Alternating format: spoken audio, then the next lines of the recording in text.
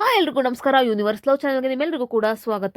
Big boss ಮನೆಯ ಮೊದಲ promo ಅಗ್ನಿ ಪರೀಕ್ಷೆಯ ಪ್ರೋಮೋ ಬಿಡಲಾಗಿದೆ. ಆ ಅಗ್ನಿ ಪರೀಕ್ಷೆಯ ಪ್ರೋಮೋದಲ್ಲಿ ಆಲ್ಮೋಸ್ಟ್ ಜನ ಕಂಟೆಂಟ್ ಕ್ರಿಯೇಟರ್ಸೇ ಇದ್ದಾರೆ. ಇನ್ಸ್ಟಾಗ್ರಾಮ್ನಲ್ಲಿ ಯಾರ್ಯಾರು ರೀಲ್ಸ್ ಮಾಡ್ತಾರಲ್ಲ ಅವರೇ ಇದ್ದಾರೆ.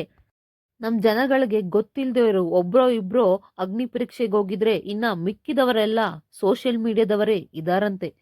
ಹಾಗಾದ್ರೆ ಸೋಷಿಯಲ್ ಮೀಡಿಯಾದಲ್ಲಿ ಕಂಟೆಂಟ್ ಕ್ರಿಯೇಟ್ ಮಾಡೋರೆಲ್ಲ ನಾರ್ಮಲ್ ಪೀಪಲ್ ಅಲ್ವಾ ಅಂತ ಹೇಳೋದಾದ್ರೆ 100% ಅವರು ನಾರ್ಮಲ್ ಪೀಪಲ್.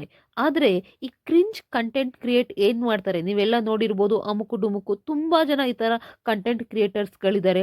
ಅವರೆಲ್ಲ ಇವತ್ತು ಅಗ್ನಿ ಪರೀಕ್ಷೆಗೆ ಹೋಗಿದ್ದಾರೆ. ಆ ಅಗ್ನಿ ಪರೀಕ್ಷೆಯಲ್ಲಿ ಅಮುಕು ಡುಮುಕುನ ವಿನಯ್ ರವರು ಆಚೆ ಹಾಕಿದ್ದಾರೆ. ಅದಕ್ಕೆ ರೀಸನ್ ಏನು ಅಂತ ಕೂಡ ನಾನು ಮೊದಲಿಗೆ ಹೇಳ್ತಾ ಬರ್ತೀನಿ.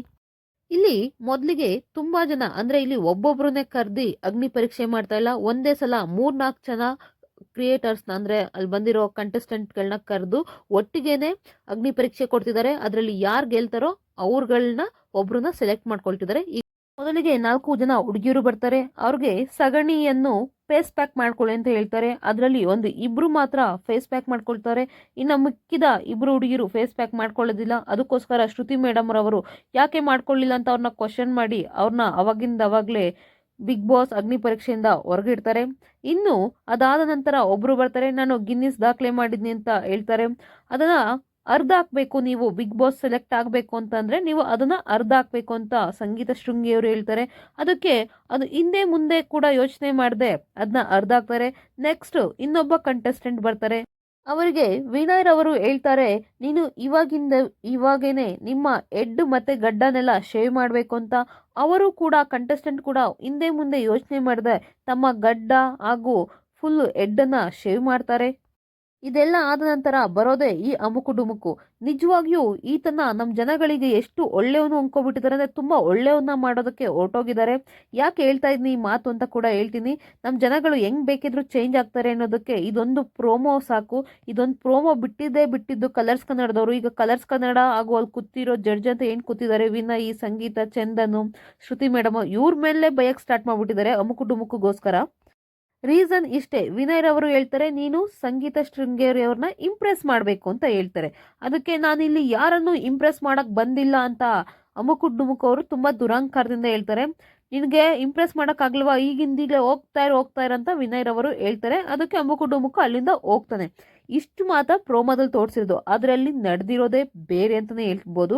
ಇಲ್ಲಿ ಪ್ರೋಮೋನೆಲ್ಲ ಸ್ವಲ್ಪ ಎಡಿಟ್ ಮಾಡಿ ಗೊತ್ತು ನಿಮಗೆಲ್ಲ ಪ್ರೋಮೋನ ಹೇಗೆಲ್ಲ ಎಡಿಟ್ ಮಾಡ್ತಾರೆ ಅಂತ. ಸೊ ಇಲ್ಲಿ ಒಂದಕ್ಕೊಂದು ಸಂಬಂಧ ಇಲ್ದಂಗೆ ಎಡಿಟ್ ಮಾಡಿದ್ದಾರೆ. ಸೊ ಅಲ್ಲಿ ಏನಾಗಿದೆ ಅಂತ ಕೂಡ ನಾನು ಈಗ ಹೇಳ್ತಾ ಹೋಗ್ತೀನಿ. ಅಲ್ಲಿಗೆ ಅಮುಕು ಡುಮುಕು ಸಂಗೀತ ಶೃಂಗೇರಿ ಅವ್ರನ್ನ ಇಂಪ್ರೆಸ್ ಮಾಡೋದಕ್ಕೋಸ್ಕರ ಸ್ವಲ್ಪ ಡ್ಯಾನ್ಸು ಅದು ಇದೆಲ್ಲ ಮಾಡಿದಾನೆ. ಆಗ ಸಂಗೀತ ಶೃಂಗೇರಿ ಅವರು ಇದೆಲ್ಲ ಮಾಡಿದ್ಲ, ಅದು ನನಗೆಲ್ಲ ಇಂಪ್ರೆಸ್ ಆಗಿಲ್ಲ, ಬೇರೆ ಇನ್ನೇನಾದರೂ ಮಾಡಿ ಅಂತ ಸಂಗೀತ ಶೃಂಗೇರಿ ಅವರು ಹೇಳಿದಾಗ ನಾನು ಇಲ್ಲಿ ಯಾರನ್ನು ಇಂಪ್ರೆಸ್ ಮಾಡಕ್ ಬಂದಿಲ್ಲ ಅಂತ ಆ ದುರಾಂಕರದಲ್ಲಿ ಮಾತನಾಡಿದ್ದಾರೆ. ಅವಾಗ ವಿನಯ್ ರವರು ಅಮುಕು ಡುಮುಕನೇ ಹೋಗು ಅಂತಾನು ಹೇಳಿರ್ಬೋದು, ಅಥವಾ ಬೇರೆ ಯಾರಿಗೂ ಹೇಳಿದ್ನ ಪ್ರೋಮೋದಲ್ಲಿ ಹಂಗೆ ಎಡಿಟು ಮಾಡಾಕಿರ್ಬೋದು. ನನ್ನ ಪ್ರಕಾರ ಈ ಅಗ್ನಿ ಪರೀಕ್ಷೆಯಲ್ಲಿ ಅಮುಕು ಡುಮುಕುನ ಸೆಲೆಕ್ಟ್ ಮಾಡ್ಕೊಂಡಿದ್ದಾರೆ ಅನ್ನೋದು ನನ್ನ ಅನಿಸಿಕೆ. ಯಾಕೆ ಅಂತ ಹೇಳ್ತಾ ಇದ್ದೀನಿ ಕೇಳಿ. ಇಲ್ಲ ಅಂದಿದ್ರೆ ಅಮುಕು ಡುಮುಕು ಅಗ್ನಿ ಪರೀಕ್ಷೆಯಲ್ಲಿ ಬಿಗ್ ಬಾಸ್ ಸೆಲೆಕ್ಟ್ ಆಗಿಲ್ಲ ಅಂತ ಹೇಳಿದ್ರೆ ಇಷ್ಟೊತ್ತು ಕಾಲ್ ರೆಡಿ ಯಾರ್ಯಾರು ಸೋಷಿಯಲ್ ಮೀಡಿಯಾದಲ್ಲಿ ಯಾರ್ಯಾರು ಸೆಲೆಕ್ಟ್ ಆಗಿಲ್ವಲ್ಲ ಅವರೆಲ್ಲ ಬಂದು ಹೆಂಗೆ ಬಿಗ್ ಬಾಸ್ ಅವ್ರನ್ನ ಬೈತಿದಾರಲ್ಲ ಅದೇ ರೀತಿ ಇವನು ಕೂಡ ಬೈಯೋದಕ್ಕೆ ಸ್ಟಾರ್ಟ್ ಮಾಡಿರೋನು. ಅಲ್ಲ, ಈ ಅಮುಕು ಡುಮುಕು ಬಿಗ್ ಬಾಸ್ಗೆ ಹೋಗ್ಬೇಕಿಂತ ಮುಂಚೆ ನಾನು ಅದನ್ನು ಮಾಡ್ಬಿಡ್ತೀನಿ, ಸ್ಟೇಜ್ ಮೇಲೆ ಇದನ್ನು ಮಾಡ್ಬಿಡ್ತೀನಿ ಅಂತ ಅಷ್ಟೆಲ್ಲ ಬಿಲ್ಡಪ್ ಕೊಟ್ಟೋನು. ಅಲ್ಲಿ ಹೋಗ್ಬಿಟ್ಟು ನಾನು ಯಾರನ್ನೂ ಇಲ್ಲಿ ಇಂಪ್ರೆಸ್ ಮಾಡಕ್ ಬಂದಿಲ್ಲ ಅಂದ್ರೆ ಏನರ್ಥ? ಸೋಷಿಯಲ್ ಮೀಡಿಯಾದಲ್ಲಿ ತುಂಬಾ ಜನ ಎದ್ಬಿಟ್ಟಿದ್ದಾರೆ. ನಾರ್ಮಲ್ ಪೀಪಲ್ನ ಕರ್ಸ್ಬಿಟ್ಟು ಏನಕ್ಕೆ ಬಡವ್ರ ಮಕ್ಕಳನ್ನೆಲ್ಲ ಹಿಂಗೆ ಕರ್ಸಿದ್ದಾರೆ, ಎಲ್ಲ ಪರೀಕ್ಷೆ ಮಾಡ್ತಿರೋ ಸಗಣಿ ಹಚ್ಕೊಳ್ಳೋದಂತ ಹಾಗೆ ಹೀಗೆ ಅಂತ. ಇವ್ರೊಬ್ಬರನ್ನೇ ಅಲ್ಲ ಗುರು, ಇವ್ರೊಬ್ಬರೇ ಅಲ್ಲ ಇಲ್ಲಿ ಸಗಣಿ ಹಚ್ಕೊಳ್ಳೋದು ಈ ಥರ ಎಲ್ಲ ಇಂಪ್ರೆಸ್ ಮಾಡೋದೆಲ್ಲ. ಏನಕ್ಕೆ ಬಿಗ್ ಬಾಸ್ ಮನೇಲಿ ಇದ್ದಾಗ ಸಂಗೀತ ಶೃಂಗೇರಿ ಸಗಣಿ ಸ್ನಾನ ಮಾಡಿರ್ಲಿಲ್ವಾ, ಅಥವಾ ಬೇರೆ ಕಂಟೆಸ್ಟೆಂಟ್ಗಳೆಲ್ಲ ತಮ್ಮ ಪತ್ರಗಳಿರ್ಬೋದು ಅದೆಲ್ಲ ಅರ್ಧಾಕಿಲ್ವಾ, ಅಥವಾ ಮನೆ ಫೋಟೋ ಇರ್ಬೋದು ಅದನ್ನೆಲ್ಲ ಅರ್ಧಿ ಸ್ಯಾಕ್ರಿಫೈಸ್ ಮಾಡಿಲ್ವಾ? ಅದೇ ರೀತಿ ಅಮುಕು ಡುಮುಕ ಇಂಪ್ರೆಸ್ ಮಾಡಿ ಸಂಗೀತ ಶೃಂಗೇರಿನ ಅಂತ ಹೇಳಿದ್ರು. ಅದೇ ರೀತಿ ಬಿಗ್ ಬಾಸ್ ಅಲ್ಲಿ ಟಾಸ್ಕ್ ಕೊಟ್ಟಿಲ್ವಾ? ಇಂಕೆ ದೀಪಿಕಾ ಅವರು ಶೈನ್ ಶೆಟ್ಟಿ ಅವ್ರನ್ನ ಇಂಪ್ರೆಸ್ ಮಾಡಿ ಗಡ್ಡ ಬೋಳ್ಸಿ ಅಂತ ಟಾಸ್ಕ್ ಕೊಟ್ಟಿಲ್ವಾ? ಅದೇ ರೀತಿ ಇಲ್ಲೂ ಒಂದು ರೀತಿಯ ಟಾಸ್ಕ್ ಕೊಟ್ಟಿದ್ದಾರೆ ಅಷ್ಟೇ. ಅದನ್ನು ಇವ್ರು ಮಾಡಬೇಕು.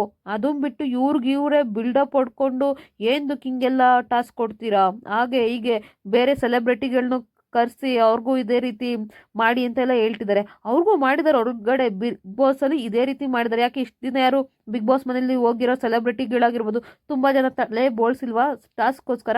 ಅದೇ ರೀತಿ ಇವ್ರಿಗೂ ಒಂದು ಪರೀಕ್ಷೆಗಳು ಕೊಟ್ಟಿದ್ದಾರೆ. ಅಲ್ಲಿ ಕೂತಿರೋ ಜಡ್ಜ್ಗಳ್ದು ಏನಂದ್ರೆ ಏನು ತಪ್ಪಿಲ್ಲ. ಬಿಗ್ ಬಾಸ್ ಅವ್ರು ಹಿಂಗೆ ಮಾಡಿ ಅಂತ ಹೇಳಿದ್ದಾರೆ, ಅದೇ ರೀತಿ ಅವರು ಕೂಡ ಮಾಡ್ತಿದ್ದಾರೆ. ಈಗ ಒಂದೇ ಒಂದು ಪ್ರೋಮೋಗೆ ಅಮುಕು ಡುಮುಕುಗೆ ಸಿಕ್ಕಾಪಟ್ಟೆ ಫ್ಯಾನ್ ಪೇಜ್ಗಳು ಹುಟ್ಟಾಕೋಬಿಟ್ಟಿದ್ದಾರೆ. ಏನು ಅಮುಕು ಡುಮುಕುನ ಫುಲ್ಲು ಫೇಮಸ್ ಮಾಡ್ತಿದ್ದಾರೆ. ಫೇಮಸ್ ಮಾಡಿ, ಬೇಡ ಅಂತ ಅಲ್ಲ, ಅಥವಾ ಬೇರೆಯವ್ರನ್ನ ಕೆಳಗಡೆ ಇಳಿಸೋದನ್ನು ಬಿಡಿ. ನೀವೇ ಹೇಳ್ತೀರಾ ನಾರ್ಮಲ್ ಪೀಪಲ್ಗೆ ಚಾನ್ಸ್ ಕೊಡಿ ಅಂತ. ಈ ಥರ ಏನಾರ ಚಾನ್ಸ್ ಕೊಡೋಕೆ ಹೋದಾಗ ಆ ಶೋ ಬಗ್ಗೆನೇ ಕೆಟ್ಟದಾಗಿ ಮಾತಾಡೋದಕ್ಕೆ ಸ್ಟಾರ್ಟ್ ಮಾಡ್ತೀರಾ. ಅಮುಕು ಡುಮುಕು ಬಿಗ್ ಬಾಸ್ಗೆ ಸೆಲೆಕ್ಟ್ ಆಗಿದ್ದಾನಾ ಆಗಿಲ್ವಾ ಅಂತ ನಾನು ನೆಕ್ಸ್ಟ್ ವಿಡಿಯೋದಲ್ಲಿ ಕನ್ಫರ್ಮ್ ಆಗಿ ತಿಳಿಸ್ತೀನಿ. ಬಿಗ್ ಬಾಸ್ನ ಎಲ್ಲ ಅಪ್ಡೇಟ್ಗಳಿಗೋಸ್ಕರ ನನ್ನ ಚಾನಲ್ನ ಸಬ್ಸ್ಕ್ರೈಬ್ ಮಾಡ್ಕೊಳ್ಳಿ. Thank you.